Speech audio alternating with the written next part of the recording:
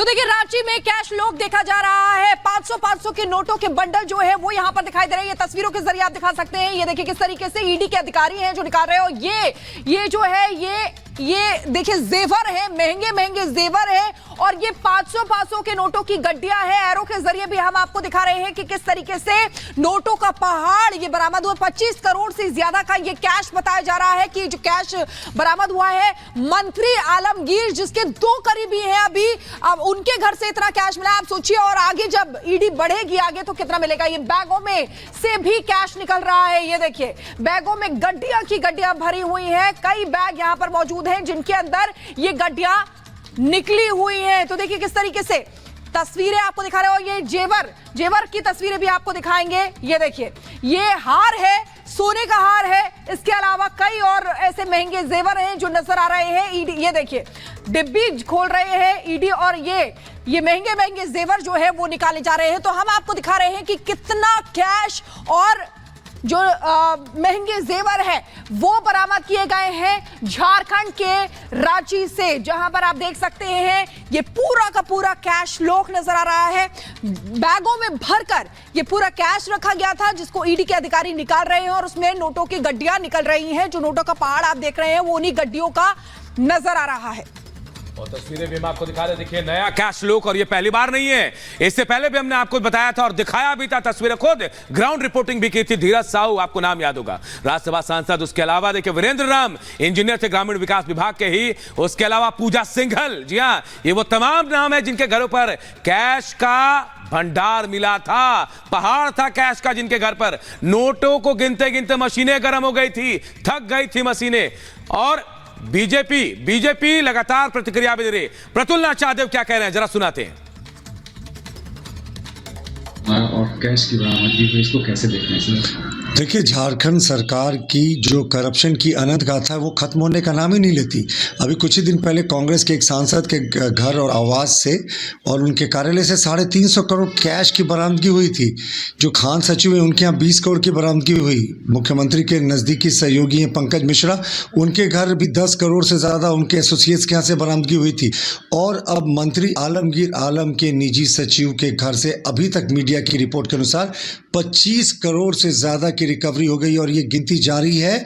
ये सीधे तौर पर आलमगीर आलम से कनेक्शन जोड़ता। हम मांग करते हैं कि आलमगीर आलम को तुरंत हिरासत में लेना चाहिए, कड़ाई से पूछताछ होनी चाहिए और इस पैसे का कनेक्शन जोड़ना चाहिए ईडी को। दूसरी बात, चुनाव आयोग भी संज्ञान ले, क्योंकि चुनाव के समय 25 करोड़ से ज़्यादा की रिकवरी कहीं ये दिखाती है कि कहीं ये काला धन चुनाव को प्रभावित करने के लिए तो नहीं था।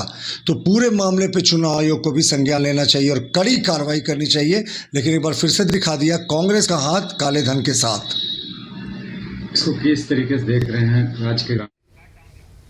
तो देखिए प्रतिक्रियाएं जो है वो आना शुरू हो गई है। प्रतुल सहदेव को आप सुन रहे थे जो सीधे सीधे आरोप लगा रहे थे। ये 4 तस्वीरों के जरिए हम आपको दिखा रहे हैं। झारखंड में कई ठिकानों पर ईडी की तरफ से रेड डाली गई है। मंत्री आलमगीर के दो करीबी हैं उनके घर से इतना कैश बरामद हुआ है, करोड़ों का कैश मिला है और साथ ही साथ महंगे महंगे जेवर मिले हैं, आभूषण मिले हैं और काउंटिंग अभी भी लगातार जारी है। ईडी की छापेमारी भी लगातार जारी है। इन 4 तस्वीरों के जरिए आप देख सकते हैं, आपको बता रहे हैं कि किस तरीके से करोड़ों का कैश, अभी तक 25 करोड़ का कैश जो है वो बरामद हो चुका है और काउंटिंग अभी भी लगातार जारी है। तो ये जो आंकड़ा है ये बढ़ भी सकता है। मंत्री आलमगीर के 2 करीबियों के घर पे इतना मिला है।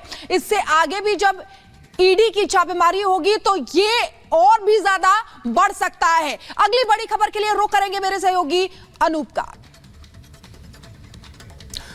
और अगली बड़ी खबर है पंजाब से। पंजाब के पूर्व सीएम चन्नी का विवादित बयान सामने आया है। चन्नी ने पुंछ आतंकी हमले को स्टंट बताया है। चुनाव आते हैं तो इस तरह के स्टंट होते हैं, चन्नी कह रहे हैं। ये बीजेपी को जिताने का संविधान है। देखिए चन्नी, जी हां, पंजाब के पूर्व सीएम हैं और अब पुंछ में जो आतंकी हमला हुआ था एयरफोर्स के हमारे जवानों के ऊपर, उसे स्टंट बता रहे हैं चन्नी। ये विवादित बयान दिया और कहा कि चुनाव आने के बाद ऐसे स्टंट होते हैं, बीजेपी को जिताने का संविधान है। चन्नी ये कहते नजर आ रहे हैं। हैरानी की बात होती है, देखिए जहां देश के लिए जवान शहीद होते हैं वहां ऐसे बयान सामने आ रहे हैं।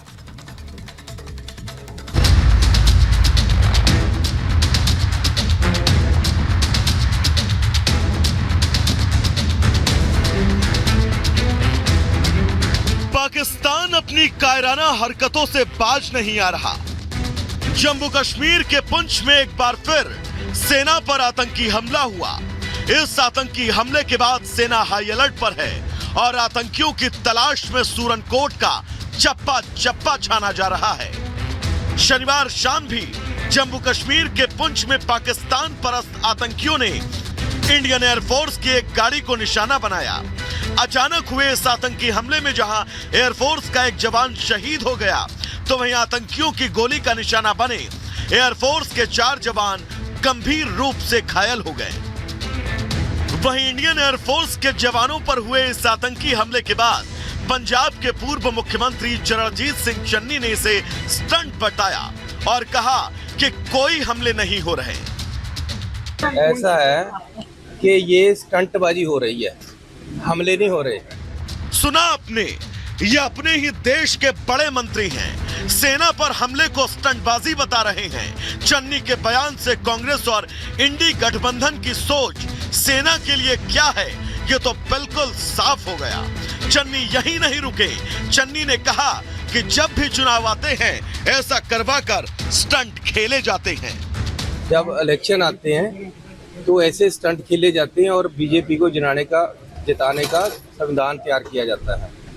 ये तैयार किए हुए सारे पहले से तैयार करके हमले करवाए जाते हैं। ये बीजेपी को जिताने का एक स्टंट होता है, इसमें सच्चाई नहीं होती। लोग मरवाने और लोगों के लाशों पे खेलना, ये बीजेपी को आता है। सेना की शहादत और जवानों पर हुए हमले को कांग्रेसी नेता के स्टंटबाजी बताने के बाद सियासी पारा चढ़ गया। सवाल इस पे आता है कि कांग्रेस पार्टी कितना गिरेगी, कितने हल्के बयान देगी। क्या कांग्रेस चुनाव जीतने के लिए अब हमारे वीर सैनिकों को भी अपमान करेगी? इससे घटिया बयान जिस पे कांग्रेस पार्टी के राष्ट्रीय अध्यक्ष को माफी मांगनी चाहिए, सोनिया जी और राहुल गांधी जी को माफी मांगनी चाहिए, देश से माफी मांगनी चाहिए। पाकिस्तान आजकल राहुल गांधी की तारीफ कर रहा है और चरणजीत सिंह चन्नी हमारे जवानों के शहादत को एक नौटंकी और फ्रॉड और ड्रामा बता रहे हैं। पाकिस्तान लगातार आतंकी हमले करता है और यही पाकिस्तान यहाँ पर राहुल गांधी को प्रधानमंत्री भी देखना चाहता है। तो पाकिस्तान की सोच है कि किस प्रकार देश कमजोर हो और देश बटे, परंतु हमारी सेना सबल है और एक मजबूत और मकबूल जवाब पाकिस्तान को दिया जाएगा। इससे पहले दशकों तक पाकिस्तान का राग अलापने वाले फारूक अब्दुल्ला एक बार फिर आतंकवाद के पहरेदार मुल्क पाकिस्तान से बातचीत करने की वकालत कर रहे हैं। पाकिस्तान से आतंकवाद आ रहा है, कैसे खत्म करेंगे? जब तक बातचीत पाकिस्तान से नहीं होगी